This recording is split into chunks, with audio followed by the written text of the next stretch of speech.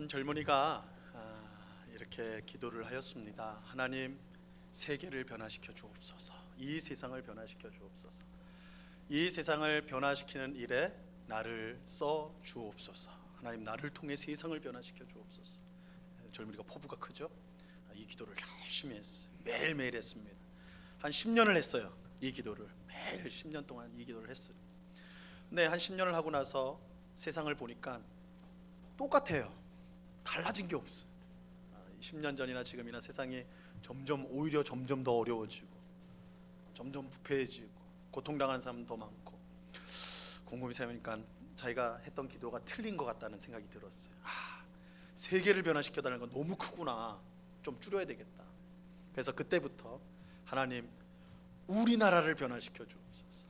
우리나라를 변화시키는데 저를 써 주옵소서. 이렇게 이제 기도를 하기 시작했어요.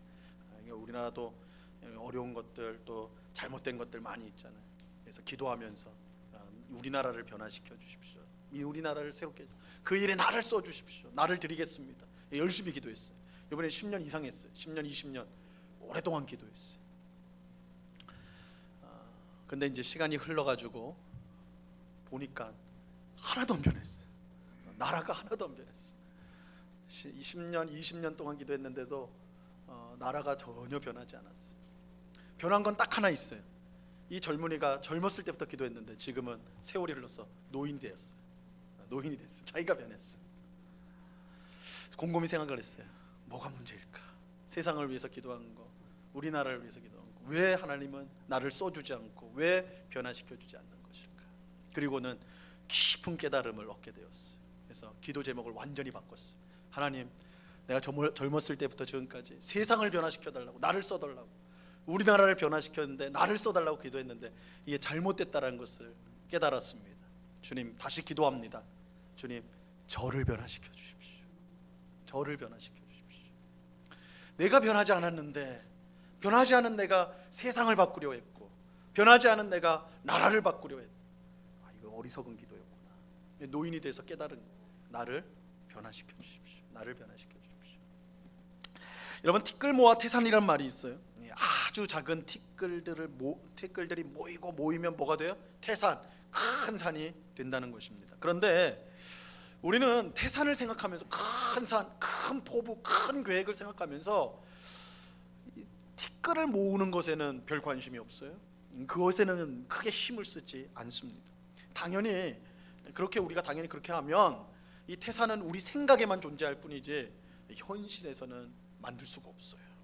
티끌을 만들어야지 그게 모이게 되고, 모여야지 태산이 되는 거 아니에요? 근데 티끌을 모으지 않는데 거기에는 관심이 없고 그냥 늘 생각만, 큰 포부, 큰 계획, 큰 생각만 한다고 태산을 생각한다고 그게 만들어지는 건 아니잖아요. 그죠? 안 된다고. 우리는 세계의 평화에 대해서 이야기하기를 좋아합니다. 그죠? 러시아와 우크라이나가 전쟁을 막 벌이고 있는데 누가 잘못했느니, 어떻게 되느니, 이런 얘기 우리 잘 하죠. 기상 이후에 기상이 지금 잘못돼가지고, 그죠?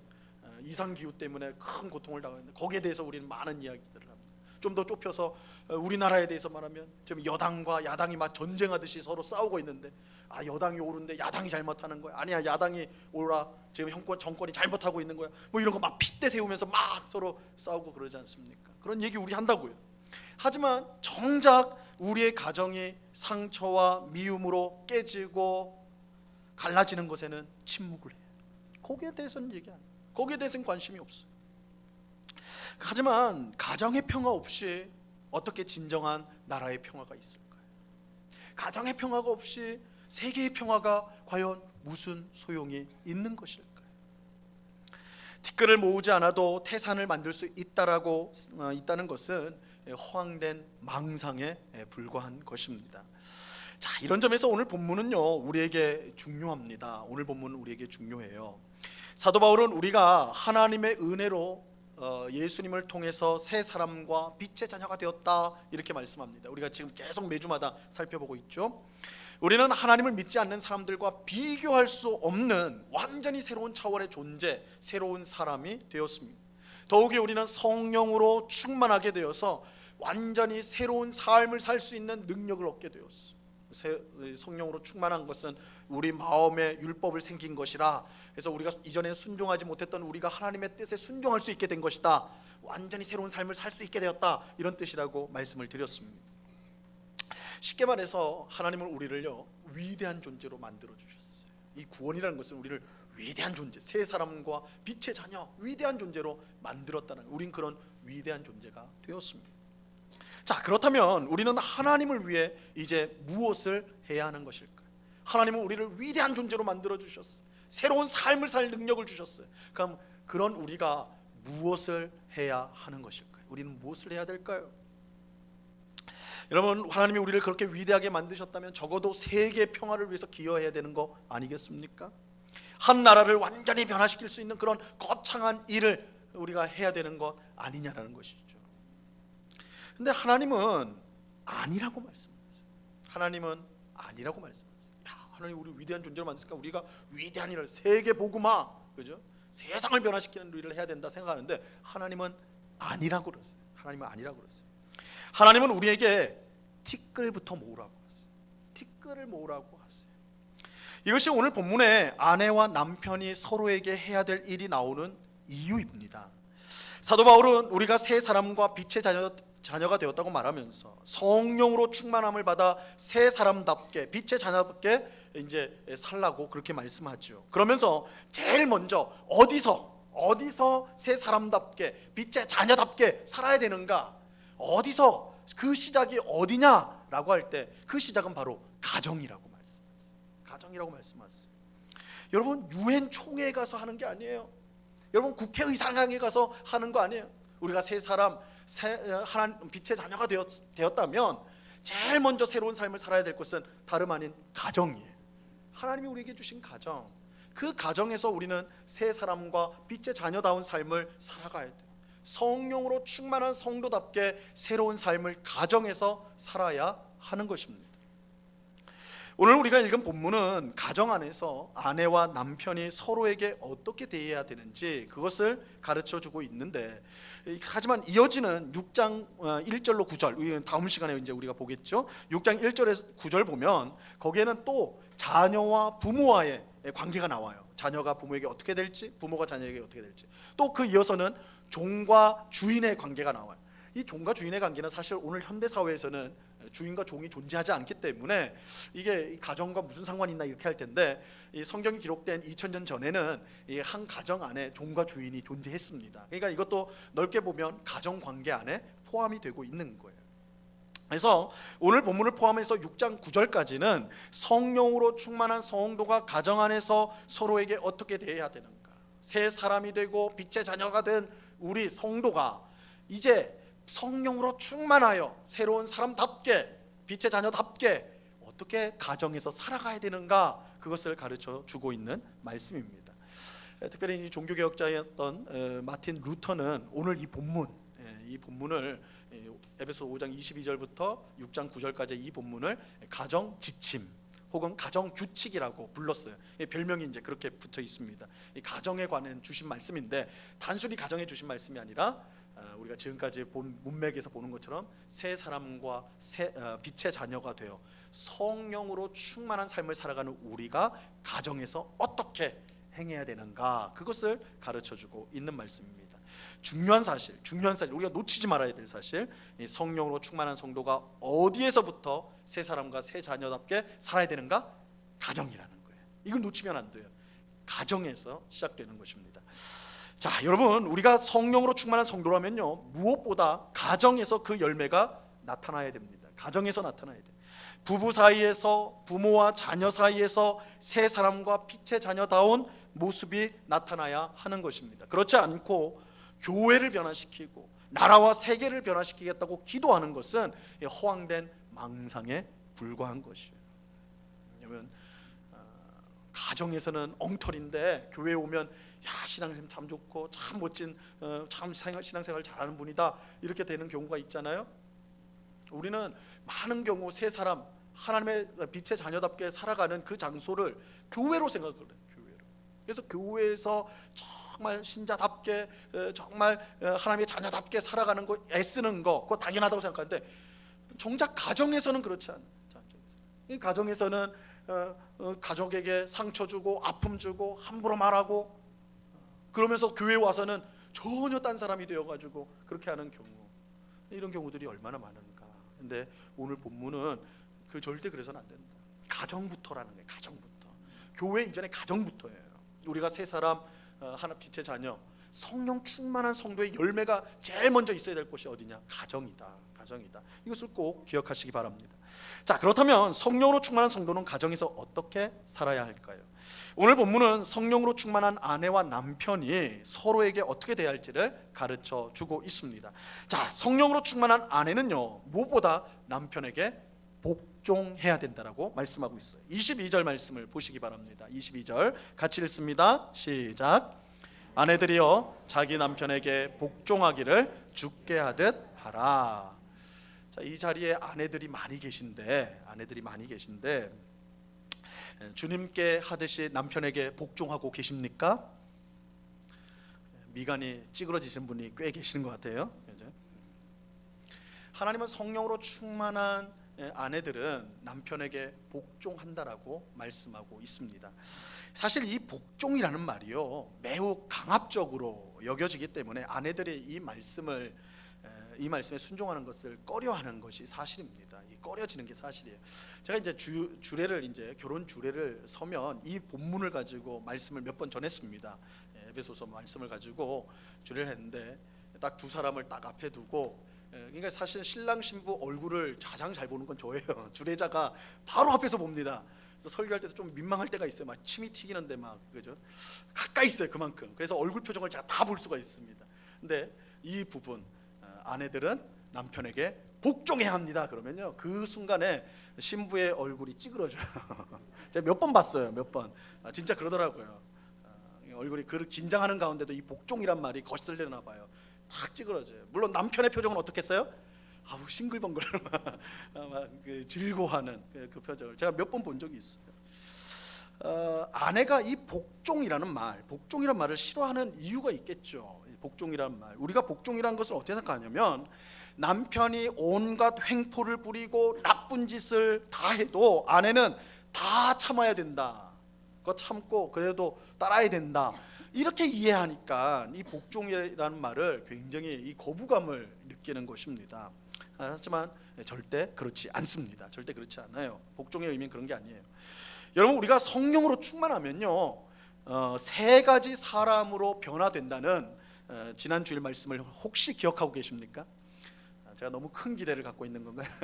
세 가지 사람으로 변화된다고 그랬어요. 우리가 성령 충만하면 어떻게 변해요? 찬송의 사람이 된다고 그랬습니다. 감사의 사람이 된다고 그랬어요. 마지막이 섬김의 사람이 된다고 그랬어요. 그런데 이 특별히 섬김의 사람이 된다고 할 때, 이 섬김이라는 것은요, 서로 섬김, 서로 복종을 그 안에 포함하고 있습니다. 오늘 읽은 본문 바로 앞에 있는 21절 말씀을 보시기 바랍니다. 21절 말씀 보면 같이 한번 읽어보죠. 시작. 그리스도를 경외함으로 피차 복종하라. 어느 한쪽에 복종하라고 하지 않고 피차라는 말은 뭐예요? 서로가 서로에게예요. 서로가 서로에게 복종하라. 그러니까 성령으로 충만한 성도는 서로가 서로에게 복종하는 사람입니다. 이게 섬김의 사람이에요. 누가 일방적으로 섬기는 게 아니에요. 서로가 서로에게 섬기는 것, 이게 이제 서로가 서로에게 복종하는 것, 이게 섬김의 사람의 특징입니다. 이렇게 보면 아내만 남편에게 복종하는 게 아니에요. 남편도 아내에게 복종해야 돼요. 그러니까 이 21절 이 21절 말씀은 아내와 남편과의 관계, 그리고 우리 다음 시간에 볼 자녀와 부모와의 관계, 종과 주인의 관계에 다 연결이 돼요. 그래서 서로 복종하라는 게 성경의 가르침이에요. 그러니까 오늘 아내들에게 남편에게 복종하십시오 이렇게 말씀할 때 남편들이 봐라, 성경 말씀 봐봐라. 어디 남편에게, 아내가 남편에게 복종하라고 했지 남편이 아내에게 복종하라고 그랬냐? 복종해라 이렇게 말하면 틀렸다는 거예요. 21절 말씀 보셔야 돼요. 다 같이 복종해야 된다. 다 같이, 그죠? 서로에게 복종해야 되는 거예요. 그런데 그럼에도 불구하고 그러면 왜 아내들에게만 콕 집어서 특별히 복종하라 이렇게 말씀하는 것일까요? 자, 그 신학적인 이유가요, 23절에 나옵니다. 23절, 오늘 본문 23절 같이 읽습니다. 시작. 이는 남편이 아내의 머리됨이 그리스도께서 교회의 머리됨과 같음이니 그가 바로 몸의 구주시니라. 아내가 남편에게 복종해야 되는 신학적인 이유가 있어요. 이 신학적 이유라는 것은 하나님이 주신 말씀의 원리라는 거예요. 신학이라는 게 말씀의 원리니까, 그죠? 그 이유가 있다는 거예요. 남편이 아내의 뭐이기 때문에요? 머리이기 때문이다. 그래서 아내가 남편에게 복종해야 되는 이유는 남편이 아내의 머리이기 때문이다. 머리이기 때문이다. 이렇게 말하고 있어요. 자, 그러면 남편이 아내의 머리라는 말씀이 무슨 뜻인가? 고린도전서 11장으로 가면 우리가 그 뜻을 이제 그 설명을 볼 수가 있습니다. 고린도전서 11장 3절 말씀입니다. 이 말씀 우리 한번 같이 읽어보죠. 시작.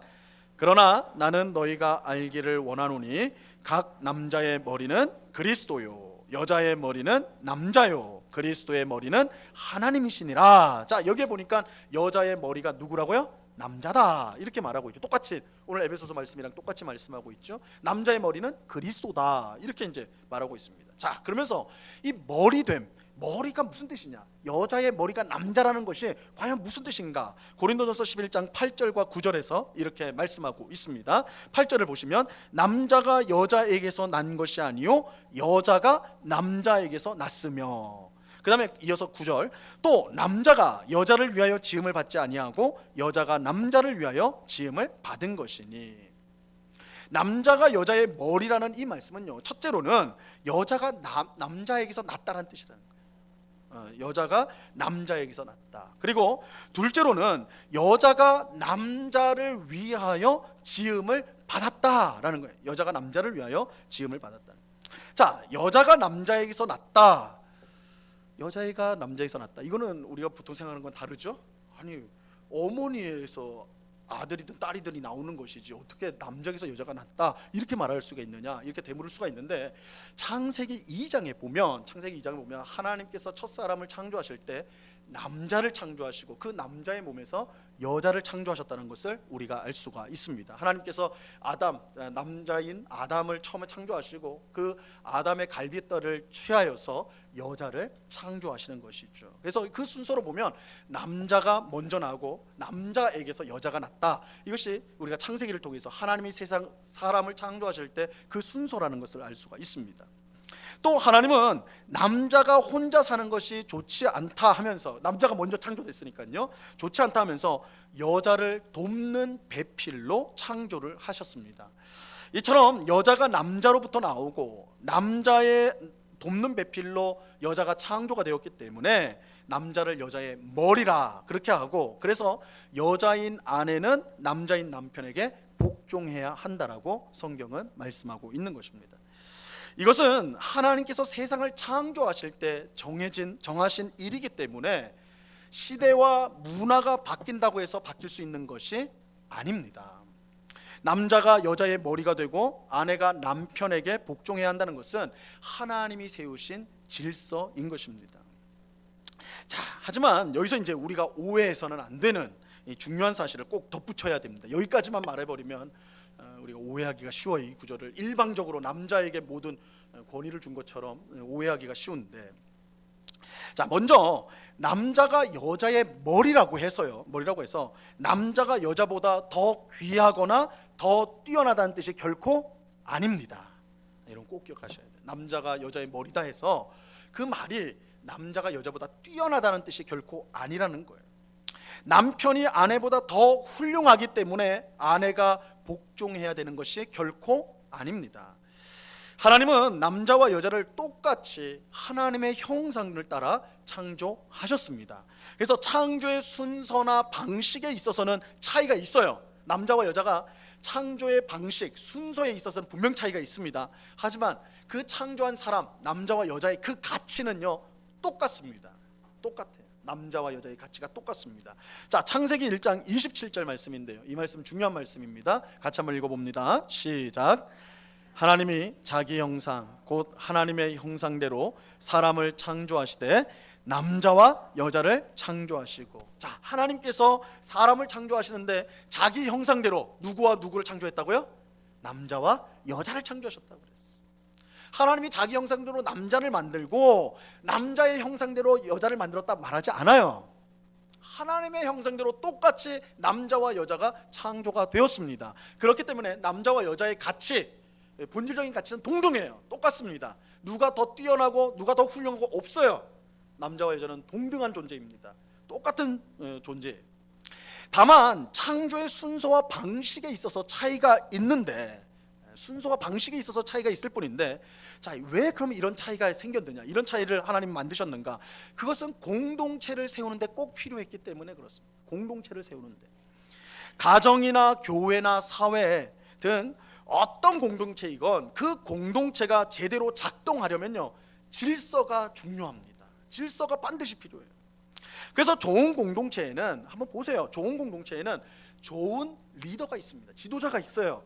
그리고 좋은 지도자만 있으면 좋은 공동체 아니요. 좋은 지도자가 뿐만 아니라 그를 존중하고 그를 따르는 좋은 따르미들, 그걸 따르미들이라고, 추종자, 뭐 따르미 이렇게 표현할 수 있겠죠. 들이 있어요. 좋은 지도자와 그를 존중하고 따르는 좋은 따르미들이 있을 때에 그 공동체가 좋은 공동체가 되는, 훌륭한 공동체가 되는 거예요. 가령 이렇게 한번 생각해 보세요. 어떤 가정에 큰 일이 있어요. 결정해야 될 큰 일이 있어요. 어디 뭐 이사를 간다든지 이게 이제 큰 변화가 있는 결정을 내려야 돼요. 근데 아버지는 A라고 그래요. A로 해야 돼. 우리는 A로 해야 돼. 근데 엄마는 B라고 그래요. 아니야. B로 해야 돼. B. A를 하면 큰일 나. B. 근데 자녀들은 뭐라고 그래요? 아니에요. 부모님들 이거 몰라서 그러는 건데 C로 해야 돼. C로 해야 돼. 근데 이따가 이제 연로하신 어르신, 이제 조부모님들이 뭐라고 하냐면, 너희들이 인생을 덜 살아서 그런 거야. A, B, C 다 틀렸어. D야, D. 이래가지고 아빠는 A, 엄마는 B, 자녀는 C, 또 부모님들은 D, 막 서로 막 하는 거야. A 아니면 안 돼, B 아니면 안 돼, C 아니면 안 돼, D 아니면, 막 서로 양보 안 하고 타협 안 하고 서로 막 자기 주장만 해요. 그런 집안을 우리가 전문용어로 뭐라고 그래요? 콩가루 집안이라고. 콩가루 집안. 아무것도 할 수 없어. 아무것도 결정을 내릴 수 없어. 그렇죠? 그런 집안에서 뭘 할 수가 없어요. 다 자기 주장만 하니까, 자기가 옳다고 하니까 아무것도 할 수 없는 거예요. 그죠? 남자가 여자의 머리라고 할 때 남자가 여자보다 훌륭하다는 뜻이 아니라 질서상, 하나님께서 세우신 공동체의 질서상 앞에 있다라는 거예요. 앞에 있다. 남자는 책임감을 가지고 이끌어야, 남편은 책임감을 가지고 가정에서 가정을 이끌어야 되는 역할이 주어진 거예요. 여자는 남편을 존중하며 따라가는 거예요. 그럴 때 공동체가 제대로 설 수 있는, 가정이 제대로 설 수가 있다라는 거예요. 자, 또 여자를 남자의 돕는 배필로 창조하셨다라는 것도, 이 말씀도 잘 이해를 해야 됩니다. 우리가 잘못 이야기하기 쉬운데, 이 돕는 배필이라고 하니까 여자가 남자 옆에서 그저 뭔가를 좀 도와주는, 보충해주는 그 정도 역할을 하는 것으로 생각하기가 쉽다고요. 근데 그렇지 않아요. 왜냐하면 이 돕는 배필이라는 단어가요, 여자에게만 쓰여지는 단어가 아니라 하나님에게도 쓰여져요. 하나님에게. 그래서 시편 70편 5절에 보면 주는 나의 도움이시라, 이 말씀이 나와요. 주는 나의 도움이시라. 하나님은 나의 도움이다, 이 말할 때 이 도움이다란 말이 돕는 배필이라는 말하고 똑같아요. 그러니까 여자가 돕는 배필이라고 할 때 여자는 주연이 아니고 조연, 남자가 주연이고 여자는 조연, 옆에서 살짝 도와주는, 보충해주는 역할만 할 뿐이다, 그렇게 이해할 수가 없어요, 이 단어를 가지고는. 왜냐면 그러면 하나님도 조연이 될 수가 있는데 그건 말이 안 되잖아요. 그러니까 이 돕는 배필이라는 것은 절대로 뭔가를 보충해주는, 옆에 그냥 그저 도와주는 이런 역할이 아닙니다. 본질적인 역할이에요. 자, 하나님께서 남자에게 돕는 배필인 여자를 주신 것은 남자 혼자 혹은 여자 혼자서 하나님의 뜻을 온전히 이룰 수 없기 때문에 그렇습니다. 남자와 여자가 함께 할 때에 하나님의 뜻을 온전히 할 수 있는 거예요. 부부가 하나가 될 때 하나님의 뜻을 온전히 이룰 수가 있어. 그렇게 여자가 돕는 배필이라는 것은 단지 남자에게 뭔가 도움을 주는 정도의 역할이 아니라 반드시 함께 해야만 하나님의 뜻을 이룰 수 있다는 뜻이에요. 이 돕는 배필의 뜻은 절대적인 거예요. 남자에게 여자가 없으면 안 돼. 여자에게 남자가 없으면 안 돼. 남편에게 아내가 반드시 있어야 됩니다. 아내에게 남편이 반드시 있어야 돼. 그래야지 하나님의 뜻을 이룰 수가 있다는 거예요. 그래서 이게 돕는 배필의 의미다. 이걸 잘 이해하셔야 돼요. 자, 정리해보면 성령으로 충만한 아내는 남편에게 복종해야 합니다. 그 이유는 남자가 여자의 머리이기 때문입니다. 남자와 여자는 분명 동등해요. 하지만 가정과 교회, 사회의 공동체를 바르게 세우기 위해 질서가 필요하고, 하나님은 남자가 여자보다 앞서도록 질서를 세우셨습니다. 그렇게 아내가 자기 남편에게 복종하는 것은요, 곧 가정 공동체를 바르게 세우기 위한 것이고, 이것은 하나님의 뜻을 이루는 것입니다. 그래서 22절 하반절에 보면 아내들에게 복종하라고 하면서 죽게 하듯이 하라고 말씀하고 있는 거예요. 그러니까 아내의 복종의 궁극적인 대상은 누구예요? 복종을 받는 분은 누구예요? 주님이세요. 하나님이세요. 그러니까 단순히 아내들이 남편에게만 하는 게 아니에요. 남편을 통해 누구에게 하는 거예요? 궁극적으로는 우리의 주님, 하나님께 하는 거예요. 하나님께 하는 거예요. 그래서 하나님의 뜻을 이루는 것입니다. 자, 이런 점에서 아내들의 복종은 억지로가 아니라 자발적이고 기쁨의 복종이어야 하는 것입니다. 마치 교회가 그리스도에게 자발적이고 기쁨으로 복종하듯이 아내는 남편에게 복종해야 하는 것입니다. 자, 오늘 본문 24절 말씀을 보시기 바랍니다. 24절 같이 읽습니다. 시작. 그러므로 교회가 그리스도에게 하듯 아내에게도 범사에 자기 남편에게 복종할지니라. 아내들도 범사에 자기 남편에게 복종할지니라. 여러분, 얼마나 많은 부부가 서로가 서로 위에 군림하려다가 그저 깨어지는지 몰라요. 부부관계가 깨어져. 성격이 안 맞아.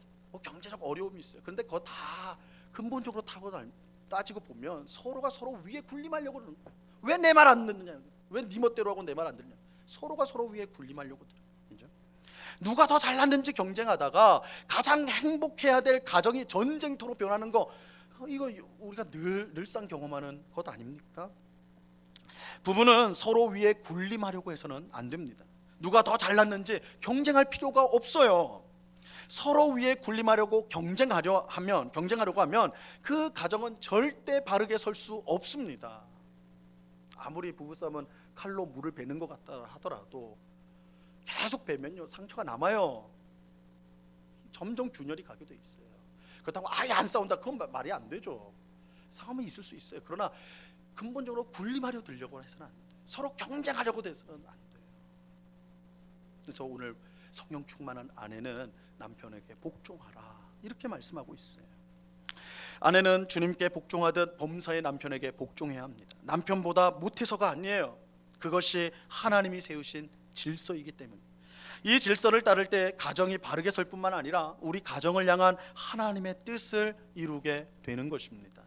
그렇게 아내의 복종은 결코 세상 사람들이 보는 것처럼 비굴하거나 못난 것이 아닙니다. 오히려 성령으로 충만한 새 사람만이 할 수 있는 복된 일입니다. 이 아내의 복종을 통해 가정이 바르게 세워지고 하나님의 뜻이 이루어지기 때문입니다. 그래서 아내들은 죽게 하듯이 남편에게 복종해야 됩니다. 그 복종은 우리 주님을 향한 복종이요, 우리 가정을 향한 하나님의 뜻을 이루는 복종이 되는 것입니다. 이것이 성령 충만한 아내가 남편에게 행해야 될 모습입니다. 자, 이제는 남편이 아내를 어떻게 대해야 되는지 살펴보죠. 25절 말씀을 보시기 바랍니다. 25절 다 같이 읽습니다. 시작. 남편들아, 아내 사랑하기를 그리스도께서 교회를 사랑하시고 그 교회를 위하여 자신을 주심같이 하라. 자, 성령으로 충만한 남편은 무엇보다 아내를 사랑합니다. 아내를 사랑합니다. 제가 결혼 주례하면서 아까 말씀드린 대로 이 말씀을 읽는데 이 설교를 할 때 이제 아내는 복종하라 딱 이렇게 하잖아요. 그럼 신부들이 다 얼굴을 찡그려요. 근데 이제 남편은 아내를 사랑해야 됩니다. 이러면요, 다 얼굴이 환해요. 남편 신랑 얼굴이 환해요. 한 명도 찡그리는 사람 못 봤어요. 딱 저를 향해서 말은 하지 않지만, 목사님 그건 자신 있습니다. 내 옆에 있는 아내를 내가 끝까지 사랑하겠습니다. 나는 무슨 일이든 사랑하겠습니다. 이렇게 하는 그런 표정 같아요. 얼굴이 환해요. 자신 있다는 거죠. 하지만 그건 몰라서 그런 거예요. 보통 남자들이 철이 없다고 그러죠. 이 철이 없어서 사랑하는 것을 자신 있게 생각해요. 철이 없어서. 사랑은요, 앞서 말한 복종보다 사실은 훨씬 어려운 거예요. 방금 읽은 25절에서 남편들에게 아내를 사랑하라 이렇게 하면서 얼마나 사랑해야 되는지에 대해서 분명히 말하고 있어요. 그 기준을 제시해줘요. 만약 그 기준이 없이 그냥 사랑하라 그러면 뭐 그냥 싱글벙글 해도 되는데, 이 기준 때문에 그럴 수가 없어요. 그 기준이 뭡니까? 그리스도께서 교회를 사랑하시고 그 교회를 위하여 자신을 주심과 같이 사랑하라고 말하고 있어요. 여러분, 예수님이 교회 즉 성도인 우리를 어떻게 사랑하셨습니까? 여러분, 예수님이 우리를 어떻게 사랑하셨죠? 자기 생명을 십자가에 내놓기까지 사랑하셨어요. 예수님은요, 신부된 교회를 위해 자기 생명을 내놓았어요. 문자 그대로 생명을 내놨어요. 생명을 주셨어요. 사랑하는 신부 교회를 위해서 죽었단 말이에요. 이것이 예수님의 사랑이에요. 교회를 향한 사랑이에요. 그러니까 남편들에게 아내를 사랑하라, 이 말씀은 단순히 아내들에게 돈 많이 벌어가지고, 남편이 돈 많이 벌어서 다이아몬드 반지 사주고 꽃 사주고 얘기 잘 들어줘라, 아내들이 답답하니까 말 잘 좀 들어줘라, 이 정도의 뜻이 아니에요. 예수님이 우리를 사랑하셔서 십자가에서 자기 생명을 내놓은 것처럼 아내를 위해 자기 생명, 남편의 생명을 내놓는 그런 사랑을 하라는 거예요. 어렵죠. 그러니까 철이 없으면 그냥 넘어가겠지만 곰곰이 생각해보면 이건 무지막지한 거예요. 남편은 아내를 사랑하되 생명을 내는, 남편은 생명을 걸고 아내를 사랑해야 됩니다. 자, 이런 사실을 생각해보면 아내들에게 자기 남편에게 복종하라고 하라고 한 말씀이요, 그렇게 과한 말씀이 아니라는 걸 알 수가 있어요. 나를 위해 기꺼이 목숨을 바치는 그런 남편이라면 그에게 복종하는 것은 결코 손해나 억울한 일이 아닐 것이기 때문에 그렇지 않아요? 내 남편이 나를 위해 목숨을 내놓는 사람이에요. 그럼 그 남편에게 복종하는 것이 비굴한 일입니까? 억울한 일이에요? 아니요. 나를 위해 목숨을 내놓는 사람이 있으면 내가 그 사람을 위해서 뭘 못해주겠어요. 그죠? 바로 그거예요. 아내를 위해 목숨을 내놓는 남편이 아내를 해롭게 하는 일을 안 한다고요. 아내를 위해 항상 최선을 다할 거예요. 그렇기에 그런 남편에게 복종하는 것은 아내 자신에게 가장 유익한 일이 될 것입니다. 사도 바울은 예수님이 교회를 사랑하듯이 남편도 아내를 사랑해야 된다고 말씀하고 있어요. 무지막지한 사랑에 대해서 말하고 있어요. 자, 그러면서 예수님이 교회를 사랑하심으로써 교회에 어떤 일이 일어났는가? 그러니까 이 말은 예수님의 사랑하심으로 교회가 어떻게 되기를 목적하셨는가, 그걸 말하고 있어요. 26절과 27절 말씀 보세요. 오늘 본문 26절 27절 같이 읽습니다. 시작. 이는 곧 물로 씻어 말씀으로 깨끗하게 하사 거룩하게 하시고 자기 앞에 영광스러운 교회로 세우사 티나 주름 잡힌 것이나 이런 것들이 없이 거룩하고 흠이 없게 하려 하심이라. 자, 이 말씀은 간단히 말하면요, 예수님이 교회를 사랑하심으로 교회가 어떻게 되느냐, 교회가 어떻게 변하느냐, 교회는요 깨끗하고 거룩하며 흠이 없고 영광스러운 교회로 변화된다는 거예요. 예수님이 자기 생명을 십자가에 내놓는 사랑을 교회에게 베푸신 그 결과, 그 목적이 뭐냐? 교회를 거룩하고 흠이 없는 영광스러운 교회로 만드는 것이다. 그게 목적이라는 거예요. 근데 사도 바울은 아내를 향한 남편의 사랑도 이와 같아야 된다, 이와 같은 목적을 가지고 있어야 된다고 말씀하고 있습니다. 28절 말씀을 보시기 바랍니다. 28절 같이 읽습니다. 시작.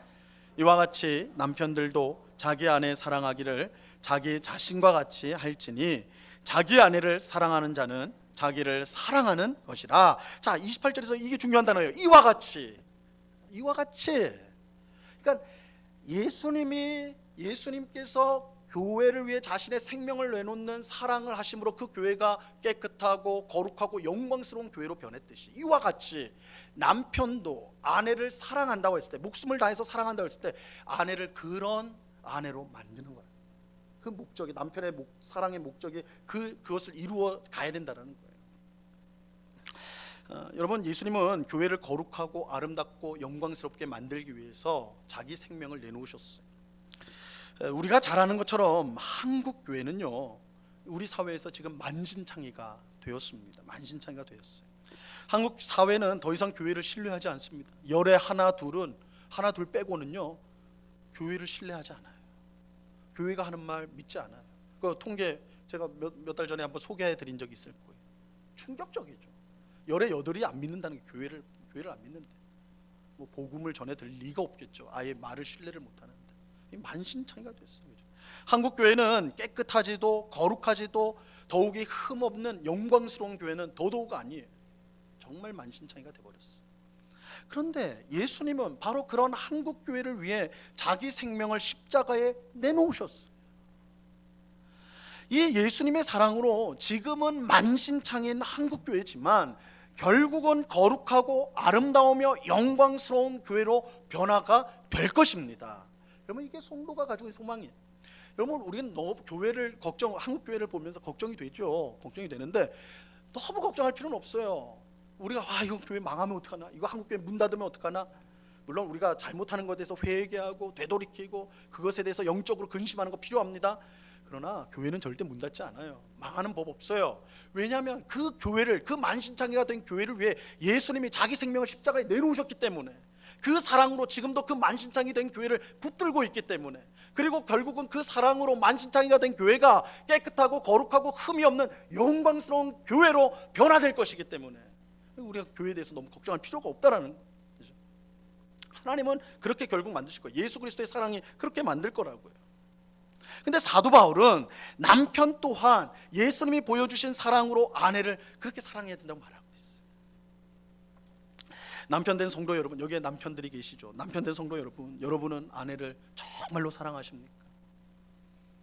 아멘 하시는 분이 한 명도 없는 여기는 아멘 하면 안 되죠. 네라고 그래야 되죠. 그럼 왜 사랑하십니까? 아내를 왜 사랑하십니까? 아내를 왜 사랑하죠? 우리는 사랑할 이유를 상대방에게서 찾으려고 해요. 상대방에게서. 아내가 예쁘고 매력 있고 능력 있고 성격이 좋아서 사랑하죠. 내 아내는 이래서 사랑합니다. 이유를 상대방에서 찾아요. 거꾸로 말하면 우리는 아내가 예쁘지 않아서, 매력이 없어서, 능력이 없어서, 성격이 예민해서 사랑할 수가 없어, 이렇게 말한다. 하지만 그것은 진정한 사랑이 아니에요. 그건 진정한 사랑이 아니에요. 예수님의 사랑은 상대방에게서 이유를 찾는 사랑이 아니에요. 오히려 상대방을 거룩하고 아름답고 영광스럽게 만드는 사랑이에요. 만약 예수님이 교회를 보시면서 사랑할 만한 이유를 찾으신다면, 너희에게 사랑할 만한 이유가 하나라도 있으면 내가 사랑해 줄게, 이렇게 했다면 교회는 문 닫아야 돼요. 하나도 없어요. 근데 예수님의 사랑은 그런 사랑이 아니에요. 아무것도 내세울 거 없는, 자랑할 거 없는 망가진 만신창이 된 교회라도 예수님은 내가 너희를 사랑해서 너희를 변화시킬 거야, 너희를 사랑스럽게 영광스럽게 만들 거야, 이렇게 예수님 말씀하세요. 마찬가지로 남편도 아내를 그렇게 사랑해야 된다는 거예요. 아내의 부족함에도 불구하고, 아내의 여러 약점에도 불구하고 남편은 사랑하되 그 약점과 연약함을 감싸고 보충하고, 그래서 그 아내가 더 영광스러운, 하나님 보시는 거룩한 그런 아내가 될 수 있도록 그렇게 사랑해야 한다는 것입니다. 이것이 성령으로 충만한 남편이 아내를 사랑한다는 의미예요. 사랑하는 의미예요. 그러니까 무시무시하죠. 무시무시하죠. 그래서 29절 말씀에 보면 뭐라고 그래요? 아내를 양육하고 보호하는 사랑이라고 말을 하고 있어요. 남편의 사랑은 양육하고 보호하는 사랑. 물론 이게 자녀처럼 키운다 이런 의미가 아니라 약점을 덮어주고 부족한 걸 채워주고, 그래서 아름답고 흠없고 영광스러운 하나님의 사람으로 세우게 하는데, 남편이 그렇게 사랑을 하는, 사랑으로 그렇게 되도록 한다는, 이게 남편의 사랑, 성령 충만으로 한 남편이 해야 될 사랑이라고 말씀하고 있는 것입니다. 자, 오늘 우리 예배하는 우리 모두가요, 성령으로 충만한 아내와 남편이 되어서, 아내는 죽게 하던 남편에게 복종하고 남편은 예수님이 교회를 위해 생명을 내는 것처럼 아내를 사랑할 수 있게 되기를 간절히 바랍니다. 그럴 때에 단단한 반석 위에 지어진 집처럼 어떤 세상의 폭풍이 몰려와도 끄떡없는 부부관계, 끄떡없는 복된 가정이 될 수가 있습니다. 이 은혜가 오늘 예배하는 우리 모두에게 임하기를 간절히 바랍니다. 여러분, 복종과 사랑의 이 원리, 이것은 1차적으로는 부부 사이에 있어야 될 원리예요. 아내는 복종, 남편은 사랑. 그런데 저는 남편이 없는데요, 저는 아내가 없는데요, 이분들도 이 복종과 사랑의 원리는 좀 더 확장시키면 우리 가족, 하나님 앞에 가정을 세우는 중요한 두 기둥이기도 합니다. 그래서 우리가 다른 가족을 대할 때에 이 복종과 사랑의 원리로 대하면 그 가정이 든든히 세워질 수가 있는 것입니다. 이러한 사실을 꼭 기억하고 우리가 복종하는 것, 사랑하는 것, 이것이 성경적으로 어떤 의미인가, 이것을 여러분 마음에 잘 새겨서 정말 우리 가정이 하나님은 세상 어느 곳보다 행복하고 복된 곳이 가정이 되어야 된다고 말씀하십니다. 그래서 우리 가정들이, 우리 성도들의 모든 가정들이 그런 복종과 사랑의 두 원리로 든든히 세워지는, 그래서 세상에 어떤 폭풍이 몰려와도, 어려운 일이 몰려와도 그것들을 견뎌내는 정말 행복한 하나님의 피난처와 같은 그런 복된 가정으로 세워지기를 우리 주님의 이름으로 간절히 축원합니다. 기도하겠습니다. 하나님 아버지, 감사합니다. 주님, 우리가 새 사람, 새 자녀답게 새로운 삶을 살아야 될 첫 번째 장소는 가정입니다. 가정보다 더 귀한 장소가 없습니다. 이 가정을 든든히 세우기를 원하는 것이 주님의 뜻입니다. 그러기 위해서 아내는 남편에게 복종하고, 죽게 하듯 복종하고, 남편은 그리스도께서 교회를 사랑하신 것 같이 아내를 사랑해야 됩니다. 이 복종과 사랑의 원리로 가정이 세워질 때 이 세상 그 어느 것도 무너뜨릴 수 없는 하나님의 작은 천국과 같은 가정이 될 줄로 믿습니다. 우리 모든 성도들의 가정이 이러한 복종과 사랑의 원리로 든든히 세워지는 가정이 되게 하여 주시옵소서. 아버지 하나님, 참으로 사랑의 둥지가 되어야 될 가정이 수많은 아픔이 있고 갈등이 있고 상처가 있고 고통이 있는 그런 가정이 되어버렸습니다. 주님, 그런 저희들을 불쌍히 여겨주사 우리의 가정들이 정말 이 복종과 사랑의 원리로 회복되어지고 새로워져서 하나님 보시기에 아름다운, 또한 우리가 너무나 행복한 하나님의 은혜를 풍성히 누리는 그런 가정으로 변화되게 하여 주시옵소서. 그런 귀한 은혜를 주실 주님께 감사와 찬양을 올려드리오며 예수 그리스도 이름으로 기도드리옵나이다. 아멘.